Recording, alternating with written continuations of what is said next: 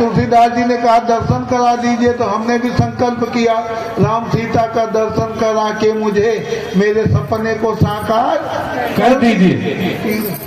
भाई राम का दर्शन ज्यादातर सबके मन में इच्छा है। अब भैया कोई चैन चुराने वाला हो, खींचने वाला हो तो उसको नहीं कह सकते, वो तो अपना घाट ही लगा रहा है। लेकिन मेरी सभी माताओं बहनों से भी निवेदन है कि आस्था भगवान पे रखे, चोर पे आस्था मत रखो। चोर के लिए दिमाग रखिए और भगवान के लिए आस्था रखिए। एक चुटकी सिंदूर है, वो आपकी सुहागिन की निशानी है। कोई जरूरी नहीं कि हम खतरे में चैन को, जैसे कोई मंदिर में जाता है ना भगवान की पूजा करने और नया चप्पल पहन के चला जाए, तो भगवान में तो ध्यान कम लगता है, चप्पल में ज्यादा लगता है। हम भी ऐसे कुंभ नहाने गए थे, हमारे साथ एक श्रीवास्तव जी थे। अब वो चैन पहन के नहाने गए, कोई खींच लिए। अब खींच लिए तो माता गंगा को ही शराब दे रहे हैं। मैंने कहा भाई अपना दिमाग लगाया होता, वो गंगा ने क्या किया, तुझे दिमाग लगा के चैन पहन के क्यों डुबकी मारने जा रहा है। तो कुछ लोग ऐसे होते हैं। एक जगह कथा हो रही थी, भागवत की कथा हो रही थी। अब भागवत की कथा हुई, राम जी का जन्म हो, बधाई हो, नटवर लाल की बधाई हो। एक आदमी को बड़ी खुशी हुई, अब वो भैया मंच पे चढ़ के रुपया लुटाने लगा। हमने कहा ये एक आनंद देने वाला नहीं, ये तो लगता है सतयुग आ गया, इतने पैसे लुटा रहा। तो एक ने कहा जिंदगी भर तो लुटाया नहीं, लाओ मैं देखता हूँ आज ये कैसे लुटा रहा है। तो वो बंदा क्या किया, जो पोथी पे पैसा चढ़ा था उसी को लुटाए जा रहा, उसी को लुटाए जा रहा। तो हमने कहा वाह भाई दामी, तूने पैसा भी लुटाया तो पंडित का ही। तो वही कहते हैं कि अगर कुछ चीज कहो, आप लोग कहते हो माता पिता तुम मेरे शरण गहूं मैं किसकी, लेकिन जब माता पिता कुछ मांगते लगते हैं तो हम क्या करते हैं।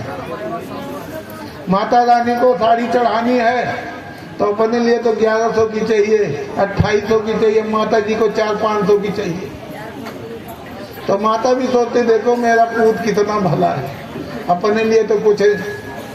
अरे हम कहते हैं माता के लिए भी 1800 की लो और माता को पहना के प्रसाद समझ के अपने आप पहना लो, ये तो भी अच्छी बात है। तो हम लोग क्या करते हैं, हनुमान जी को मानते हैं। हाँ सच्चे में कहते जय जय जय हनुमान गोसाई, जय जय जय हनुमान गोसाई।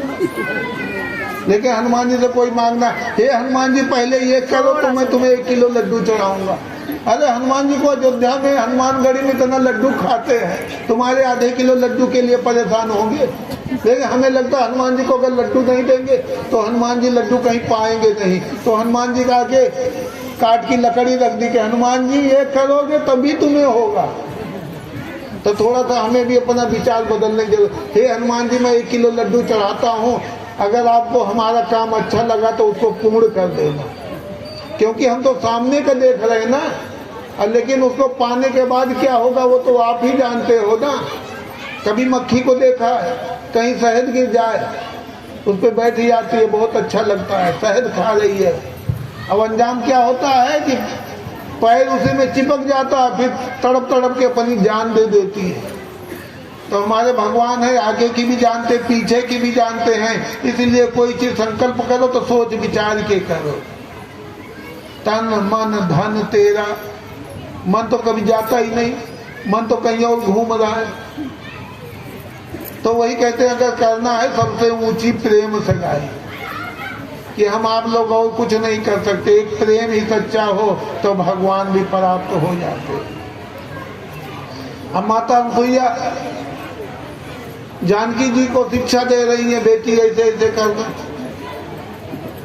लेकिन माता भी जानती हैं कि जानकी जी को तो उपदेश तो मैं बाद में दे रही हूँ, वो तो वही कर रही है जो पति को अच्छा लगता है।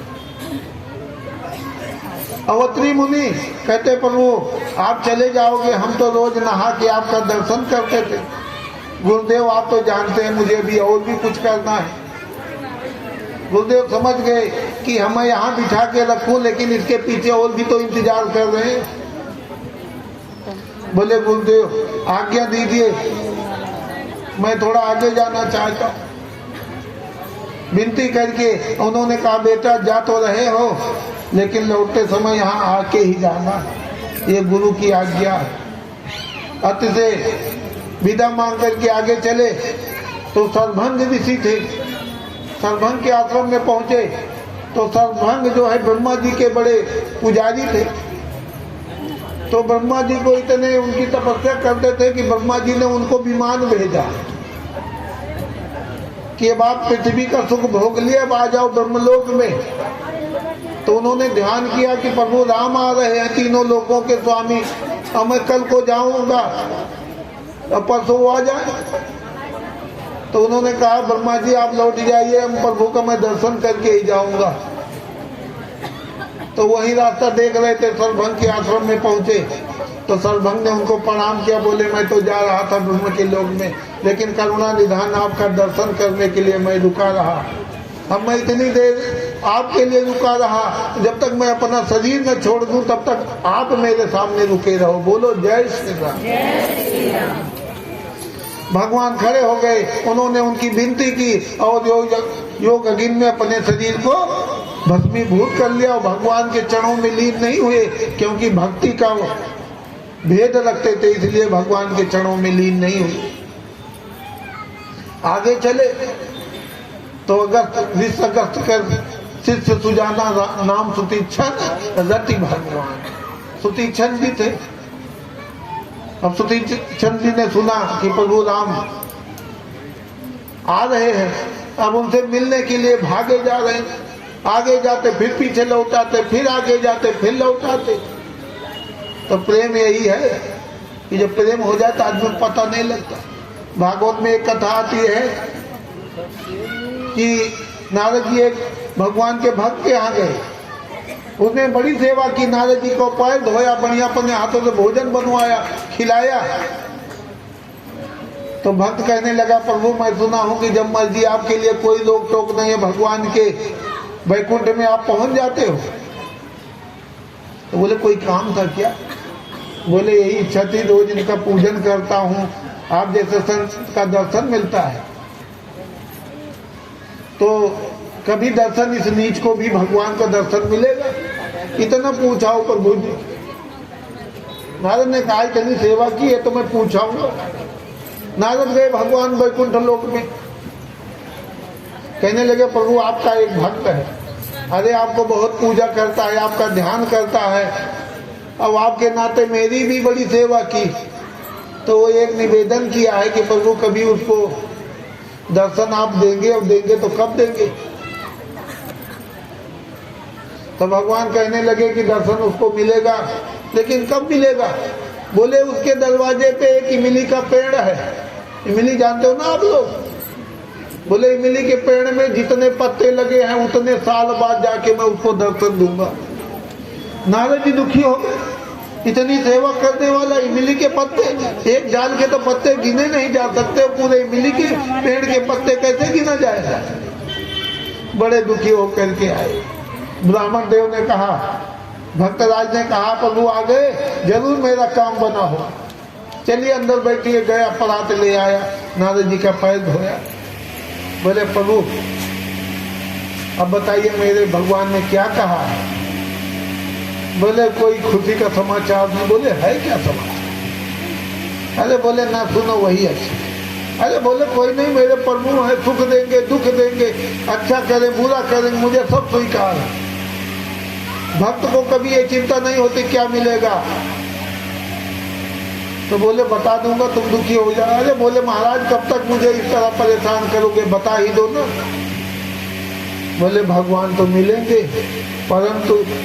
परंतु क्या, तुम्हारे दरवाजे पे इमली के पेड़ में जितने पत्ते हैं उतने साल के बाद मिलेंगे। बोले महाराज एक बार और बता दो। अरे बोले जितने इमली के पत्ते हैं उतने साल बाद मिलेंगे।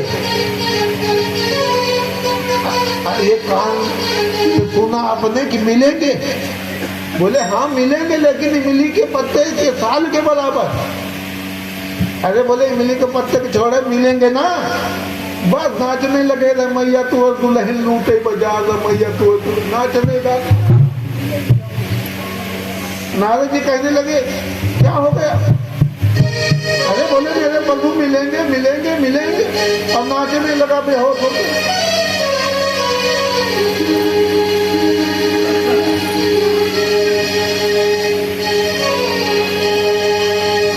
और श्याम रामचंद्र भगवान की बैठे बैठे कर पाए कड़वे हो, पाए कड़वे होकर खड़े होकर हाजिरी और तालियों का सहयोग लगाते हुए संगत। अरे राम नाम लिया तेने भरी जवानी